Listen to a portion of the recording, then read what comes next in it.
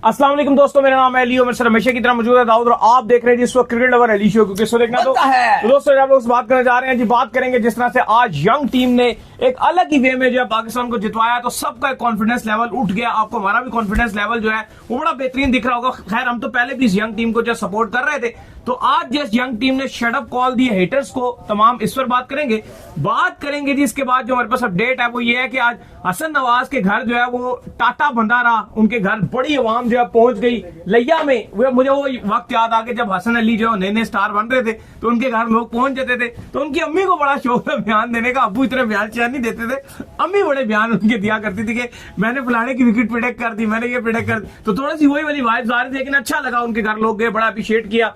और क्या ये यंग टीम इंडिया को टफ टास्क दे सकती है? क्योंकि इंडिया की भी एक यंग टीम है। अब जो मुकाबला होगा आगे एशिया कप के अंदर, ना उसमें विराट कोहली होंगे, ना उसमें रोहित शर्मा होंगे, ना उसमें जसप्रीत बुमराह होंगे। और पाकिस्तानियों के लिए अच्छी खबर यह है कि ना उसमें बाबर आजम होंगे, ना उसमें रिजवान होंगे। अभी तक क्योंकि आज तो आप ये एडमिट करोगे कि जो पावर प्ले में हारिस और हसन नवाज ने किया सक्सेसफुली, उन्होंने एटलीस्ट 6 महीने के लिए बाबर रिजवान के T20 कैरियर में फुल स्टॉप लगा दिया। नहीं, बड़ा अच्छा फुल स्टॉप उन्होंने लगाया और मजा आया मतलब इस चीज को देखकर। और मैंने देखा आज वो तमाम लोग जो है अप्रिशिएट करते हुए दिखे, जो कल तक ये बात कर रहे थे कि यार इसको निकाल देना चाहिए, ये उनको ले आओ, ये करो वो करो, लेकिन आज लोगों ने भी बड़े खुले दिल से बाबर आजम ने भी मुबारकबाद दी हसन नवाज को। बहुत बड़ी बात है जी, ये तो बहुत अच्छी बात है कि अपने ही गिराते हैं नशीबन पे बिजलियां।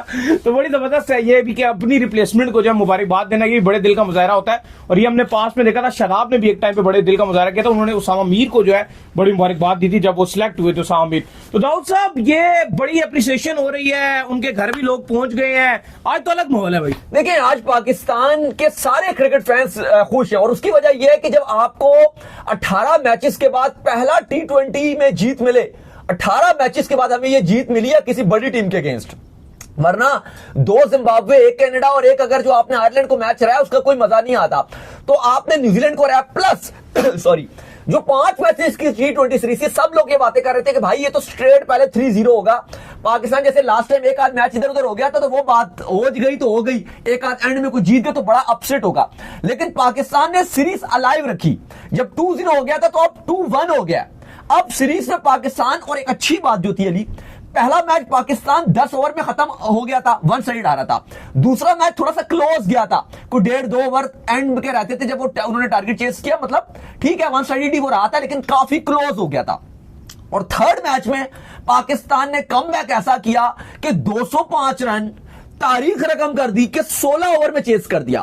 इवन भारत के अखबारों ने बड़ी बड़ी खबर छापी, क्योंकि एक ऐसा लग रहा था वहां पर, इवन जब पाकिस्तान न्यूजीलैंड ने पहले बैटिंग की थी और 200 बोर्ड पे लगा दिया था, तो एकदम से वहां पर काफी सारे, आपको पता है क्योंकि जो इंडिया के वेबसाइट्स हैं, जो न्यूज अखबार हैं, वो रिपोर्टिंग करते हैं। और उन्होंने लिखा ही था कि भाई ये तो जो परसेंटेज भी चल रही थी वो 90 और 10% चल रही थी कि न्यूजीलैंड 90% जीत गया और पाकिस्तान का सिर्फ मुश्किल 10% चांस रहेगा। लेकिन वहां पे जब हसन नवाज ने बैटिंग की और हारिस ने जिस तरह से स्टार्ट दिया, पहले 4 ओवर में 50 पावर प्ले का पाकिस्तान ने हाईएस्ट पावर प्ले का पाकिस्तान ने T20 में रन बना दिया।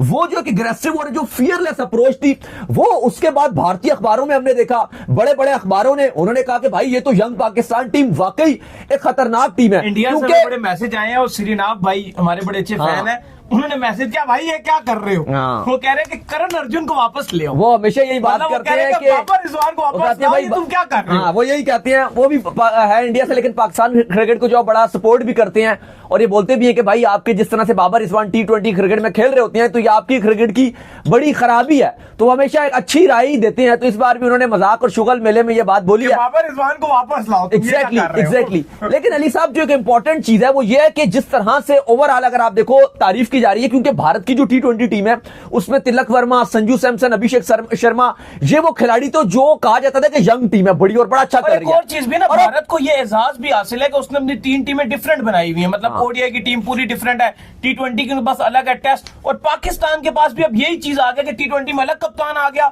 ओडीआई में अलग कप्तान आ गया, टेस्ट में अलग कप्तान आ गया। हाँ, और अब वो चीज नजर आ रही है। अब जो एक इंपॉर्टेंट चीज नजर आई है वो ये नजर आई है कि जिस तरह से पाकिस्तान ने खेला, जो हम इंडिया की बात कर रहे थे कि जो उनकी यंग अप्रोच है, फियरलेस अप्रोच है, हमारी टीम कहां गई, हमारी अप्रोच किधर गई। हर जगह से इंडिया में भी बड़ा मजाक उड़ाया जाता था कि तुम तो टुक टुक टुक खेलते हो, तुम तो टुक टुक खेलते हो। तो भाई आज सबको जवाब दे दिया, और इस यंग टीम में बहुत सारे आपके एक्स क्रिकेटर हैं। और हम नहीं है ये कह रहे हैं, ये नहीं कह रहे कि मतलब ये जो टीम है किस बेस पे, हसन नवाज ने खुद कहा है कि दुनिया की दिग्गज टीमें जैसे खेलती हैं हम वैसे खेलेंगे। हाँ, और ये हसन नवाज ने कहा। बहुत सारे आपके एक्स क्रिकेटर हम देख रहे थे कि जब पाकिस्तान टीम को हार मिलना शुरू हुई तो पीआर एजेंसीज के, क्योंकि आपको पता है ये एजेंसी है साया शाया के अंडर जितने आगे पीछे खब्बू सज्जू आते हैं, तो इन्होंने खूब एक ट्रेंड बनाना शुरू कर दिया था जिसमें आपके एक्स क्रिकेटर भी हैं। वो भी कह रहे थे कि भाई वो किधर है हाईलाइट्स, जो आप 200 चेस कर देते हो उसकी हाईलाइट्स दिखाओ। खास तो अब आज बहुत गालियां भी पड़ी। तो अब उनको हाईलाइट्स भिजवा दीजिए कि पाकिस्तान ने 200 का टारगेट ऑकलैंड में चेस नहीं किया, 16 ओवर में चेस किया, एक विकेट पे सिर्फ एक विकेट गिरी है, 9 विकेट से पाकिस्तान ने मैच जीता है और सीरीज को भी अलाइव रखा है। ये होती है fearless cricket. Plus Hasan Nawaz उसने यह बता दिया कि अब जो आगे एशिया कप या T20 वर्ल्ड कप में वो पाकिस्तान के साथ ट्रैवल कर सकता है।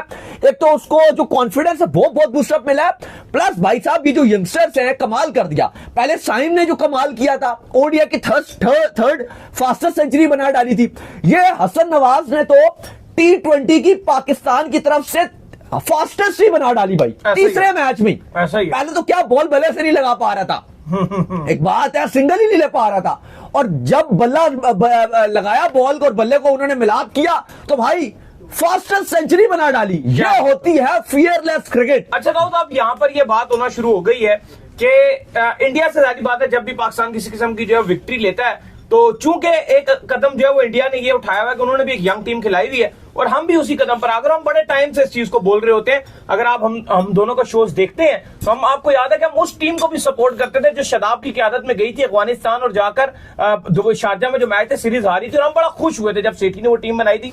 लेकिन उस टीम की कामयाबी इसलिए नहीं हो सकी क्योंकि उसको मुस्तकिल मिजाजी से आगे चांसेस नहीं दिए जा सके। नहीं तो मेरा स्टिल मानना है कि एहसानुल्लाह भी अभी आपके पास ठीक ठाक बॉलर खड़ा होता अगर आप उस टीम को भी कंटिन्यू करते। तो अब क्या ये टीम इंडिया की टीम का मुकाबला कर पाएगी एशिया कप, क्योंकि आपका जो है वो नेक्स्ट इवेंट अब एशिया कप ही है जो कि अगस्त और सितंबर में खेला जाना है, तो इसी तैयारी से हम मुंसलिक करके आगे चलेंगे, क्या लगता है? देखो, अगर आपकी जो नेक्स्ट अपकमिंग सीरीज है वो आपकी 2 है बांग्लादेश के साथ, एक आपने घर पे बांग्लादेश से खेलना है, एक आपने बांग्लादेश के यहां जाना है, एक आपने वेस्ट इंडीज का दौरा करना है, और एक आपका ये चलो PSL एक आपको मिल जाएगा, और उसके बाद आपने एशिया कप के लिए जाना है। ये अगर आप टीम देखो, अभी इस टीम के अंदर साइम अयूब ने आना है, अभी इस टीम ने फखर जमान ने आना है, फिर आप मोहम्मद हारिस आपके पास मौजूद है, हसन नवाज आपके पास, उन्होंने अपनी आज वैल्यू बता दिया है, और सलमान अली आगा खेल रहे हैं। सलमान अली आगा जो आपको एक चाहिए थी ना कि एंकरिंग वाला रोल चाहिए था, और वो तेज भी खेल रहा है। एंकरिंग नहीं कर रहा, हाँ। वो एंकरिंग किसे आगे वाला काम डाल रहा है। चलो T20 में इसको ही आप बोलोगे ना कि गेम को लेके चलना, गेम को चलाना, साथी लोगों को चलाना, खेल रहे हैं एग्जैक्टली। तो वो आपको रोल सलमान अली आगा प्लस कप्तानी में दे रहे हैं, और जब वो एशिया में खेलेंगे तो नंबर 3 उनको और सूट करेगा। जब वो श्रीलंका खेलेंगे या दुबई में खेलेंगे तो अच्छा खेलेंगे, तो विकेट भी जिस तरह की होती है, तो आगा इन विकेट्स पे और अच्छा खेलते हैं, क्योंकि आगा थोड़ा सा हमने देखा कि फास्ट विकेट पे थोड़ा इवन स्ट्रगल करते हैं, फिर भी उन्होंने इतना अच्छा किया। लेकिन वो एशियन कंडीशन पे जहां पर आपका एशिया कप है, जहां आपका T20 वर्ल्ड कप है, वो थोड़ी स्लो विकेट्स पे रहेगा या फ्लैट विकेट्स पे रहेगा, तो वहां पे आगा का नंबर 3 और अच्छा रहेगा। अभी आपको देखना पड़ेगा, शायद नियाजी है, उनकी फॉर्म उतनी नहीं चल रही, तो चलो आप देखोगे कि वो कहां एडजस्ट होते हैं, क्योंकि फखर भी आना है, साइम ने भी आना है, हारिस को आप कहीं बीच में एडजस्ट कर सकते हो। तो अगर आप टीम का कॉम्बिनेशन देखोगे तो बहुत ही डेडली कॉम्बिनेशन पाकिस्तान का नजर आ रहा है, और वो चीज जो हम शायद इंडिया को देख देख कर जलते थे, कुकरते थे कि यार उनकी टीम में इतनी ऐसी है, ऑस्ट्रेलिया की इसलिए नहीं जलते थे कि इंडिया जीत रहा है। इससे हम इंडियन क्रिकेट को इस मामले में बिल्कुल अप्रिशिएट करते हैं कि वो जीत रहा है। हम इसलिए जो है वो थोड़ा सा जलते को करते थे कि हम कब ऐसी क्रिकेट खेलेंगे, मतलब हम अप्रोच नहीं अपनाते। हाँ, हमारे पास टैलेंट है, सही बात, लेकिन यंगस्टर्स भी हैं, लेकिन हमारा एक प्लान ही अलग है। कि वही बात है यार कि अगर आपने इस्लामाबाद से कराची अगर आपने जाना है और आप ट्रेन में पेशावर वाली बैठ जाओ और आप कहो कि भाई मैं कराची जाऊं, तो आप जलते को करते रहोगे ना, क्योंकि आपने टिकट ही गलत लिया हुआ है। तो फाइनली अब पाकिस्तान की जो अप्रोच है वो फियरलेस है, और यही चीज हमें चाहिए थी। अब देखो ना, अब जो हमने कल रिपोर्ट भी किया था, सबसे पहले हमने रिपोर्ट की थी कि जो PCBA की मीटिंग हुई है जिसमें चेयरमैन मोहसिन नकवी ने ये इजाजत दिया है आपके कोचेस को और आपकी टीम मैनेजमेंट को कि डिस्पाइट के आप फेल हो, आपके रिजल्ट खराब रहे, आप यंगस्टर्स को पूरा बैक करेंगे। हम T20 वर्ल्ड कप 2026 तक अब हम यंगस्टर्स के साथ ही जाएंगे। ये फैसला देखो बड़ा तारीखी फैसला है। पर एक और चीज है, हमने अब इसको मिक्सचर नहीं करना, जो सबसे बड़ी बात है। हम कोई बाबर रिजवान के अगेंस्ट नहीं है, बाबर रिजवान ODI में खेले जितना खेले करता है। अब अगर तुम हारिस को उठा के कहोगे हम ओडीआई में सिलेक्ट कर लेंगे, हम यहाँ पे बैठ के हारिस में खुली तनकीद करेंगे, हम हसन नवाज में यहाँ तनकीद शुरू कर देंगे, क्योंकि वो ओडीआई के लिए नहीं है। वो जिस तरह की उनकी अप्रोच है वो बैटिंग अप्रोच ही T20 की है, आप उनको उठा के ओडीआई में नहीं डाल सकते। इसी तरह जो रिजवान के और बाबर की जो अप्रोच है ओडीआई में उनके लिए यहाँ ताली भी बजेगी, ढोल भी बजेगा, लेकिन वो ओडीआई और टेस्ट के लिए T20 तक उनकी अप्रोच नहीं है, तो नहीं है। फिर अब वो देखो ना, इंडिया के बहुत सारे प्लेयर हैं या ऑस्ट्रेलिया या इंग्लैंड के बहुत सारे प्लेयर हैं T20 के, वो नहीं आते ओडीआई। अगर ये लोग पीएसएल में बहुत बेहतर भी खेले फिर भी इनको नहीं डालना चाहिए, क्योंकि पीएसएल की तो लीग ही एंटरटेनमेंट लीग है, उसमें तो आपको पता ही कि सारे रन कर रहे होते हैं, और ये आपके इंटरनेशनल में डन एंड डस्टेड है। नहीं, 6 इवेंट दे दिया बस होता है ना, 6 इवेंट आईसीसी के दे दिए, 3-4 एशिया कप दे दिए, बाकी मल्टीनेशनल टूर्नामेंट में मुकाबला भी तो बराबर का होगा ना। जिस तरह इंडिया की यंग टीम आएगी उनके अंदर भी बड़े स्ट्रॉन्ग नाम है, संजू सैमसन है उसके अंदर तिलक वर्मा है, उसके अंदर अभिषेक शर्मा है, नीचे से अगर आप बात कर लो सूर्य कुमार यादव है उसके अंदर, हार्दिक पांड्या आएगा उसके अंदर, तो वो भी एक बड़ी मजबूत टीम। यार आप अगर ये आपकी गलती है ना कि अगर आप बाबर रिजवान को जबरदस्ती T20 में डालते हो और आप उनसे ये कहते हो जी कि जितवा के दो। अब याद है, मैं आपको इतने सारे मैच बता दूंगा, 2-3 तो मुझे याद है कि मैं और आप खड़े हुए थे जब एशिया कप में 22 के एशिया कप की बात कर रहे हैं, सिर्फ हम इसलिए हारे कि टुक टुक की वजह से। जीता जिताया मैच था श्रीलंका के अगेंस्ट, हारी टुक टुक की वजह से हम हार गए। रिजवान खड़े रहे, अफगानिस्तान वाले मैच में भी यही चीजें चल रही थी, चलो नसीम ने एंड में जितवा दिया मैच। भाई बात ये होती है कि आपको T20 जिस तरह की आप क्रिकेट चल रही है आपको उसके हिसाब से खेलना पड़ेगा। बेशक हार जो इंग्लैंड ने अली फैसला लिया था 2015 के वर्ल्ड कप के बाद, इंग्लैंड क्वार्टर फाइनल में बाहर हो गई थी, बांग्लादेश ने उनको बम्बुजल्ड किया था, उनको आगे नहीं जाने दिया था, क्वार्टर फाइनल में भी उनको आउटक्लास कर दिया था। वहां पे इंग्लैंड ने फैसला किया था कि अब हम फेयरलेस क्रिकेट खेलेंगे। उससे पहले इंग्लैंड फेयरलेस क्रिकेट नहीं खेलता था, इसका वर्ल्ड कप जीत गए। उन्होंने कहा कि बेशक हमारी टीम 0 पे आउट हो, हम जो मर्जी हो, लेकिन हम आगे फेयरलेस क्रिकेट खेलेंगे। अगला 2016 का T20 वर्ल्ड कप हुआ, फाइनल हार गए, और वो जीता हुआ फाइनल था। हाँ, वो बैट्समैन ने जितवा दिया, नसीब किस्मत एंड वेस्ट इंडीज, लेकिन उन्होंने फैसला कर लिया था भाई हम इसी अप्रोच से जाएंगे। और आप देखो 19 का वर्ल्ड कप जीत गए, 22 का T20 वर्ल्ड कप जीत गए। वो जो अप्रोच थी उनकी, वो उनको पे बैक की, तो हमें भी अप्रोच दिखानी पड़ेगी कि भाई बहुत हो गया। 2017 के बाद से अब हमारी क्रिकेट जिस तरह से डाउनफॉल का शिकार है, अब हो गया।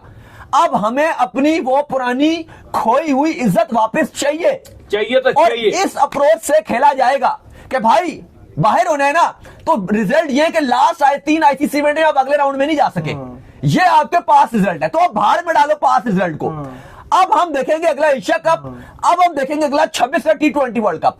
अप्रोच होगी फेयरलेस और हम उस यंगस्टर्स को चांस देंगे जो मेरिट पर आएगा, और फिर हम फैंस को देंगे एंटरटेनमेंट और टीम जाएगी ऑटोमेटिक आगे। और ये अप्रोच है जिसकी हम बात कर रहे थे, आज वही हम बात करते हैं कि भारतीय अखबारों ने भी बड़ी तारीफ की, हसन नवाज की बहुत वाह वाह हुई है कि भाई ये कहां से निकला है बल्लेबाज, लैया के गांव का बल्लेबाज है, और उसने पाकिस्तान की तेज तरीन T20 सेंचुरी बना दी। भाई उसने कहा ये है पाकिस्तान का टैलेंट। मुझे ये था कि मैं वापस डोमेस्टिक में जाऊंगा, लेकिन शादाब ने और सलमान अली आगा बहुत ज्यादा कॉन्फिडेंस दिया। उसने कहा यार तू मैच विनर है, तू कर देगा, उसने कर दिया। और दोनों के साथ ही खेलते भी रहे हैं, तो कप्तान सलमान अली आगा और शादाब उनके साथ यूनाइटेड में भी सिलेक्ट हुए थे ना ये पहले। बिल्कुल, तो दोनों की इनके साथ बड़ी अच्छी बॉन्डिंग है, और हमने देखा है कि इसमें शादाब बड़ा अच्छा रोल अदा करते हैं यंगस्टर्स के साथ, उनको मोटिवेट करने के लिए कि खैर है कुछ नहीं होता, 0 है ना, तू 2-4 शॉट मार के आ जा, खाली खैर है तीसरे में कुछ नहीं करना ना, 0 नहीं तो 2 चौके मार के आ जा। लेकिन बात वही है कि जब 2 चौके बल्ले से लगे तो फिर वो जो कॉन्फिडेंस था वो आसमानों को छूने लगा,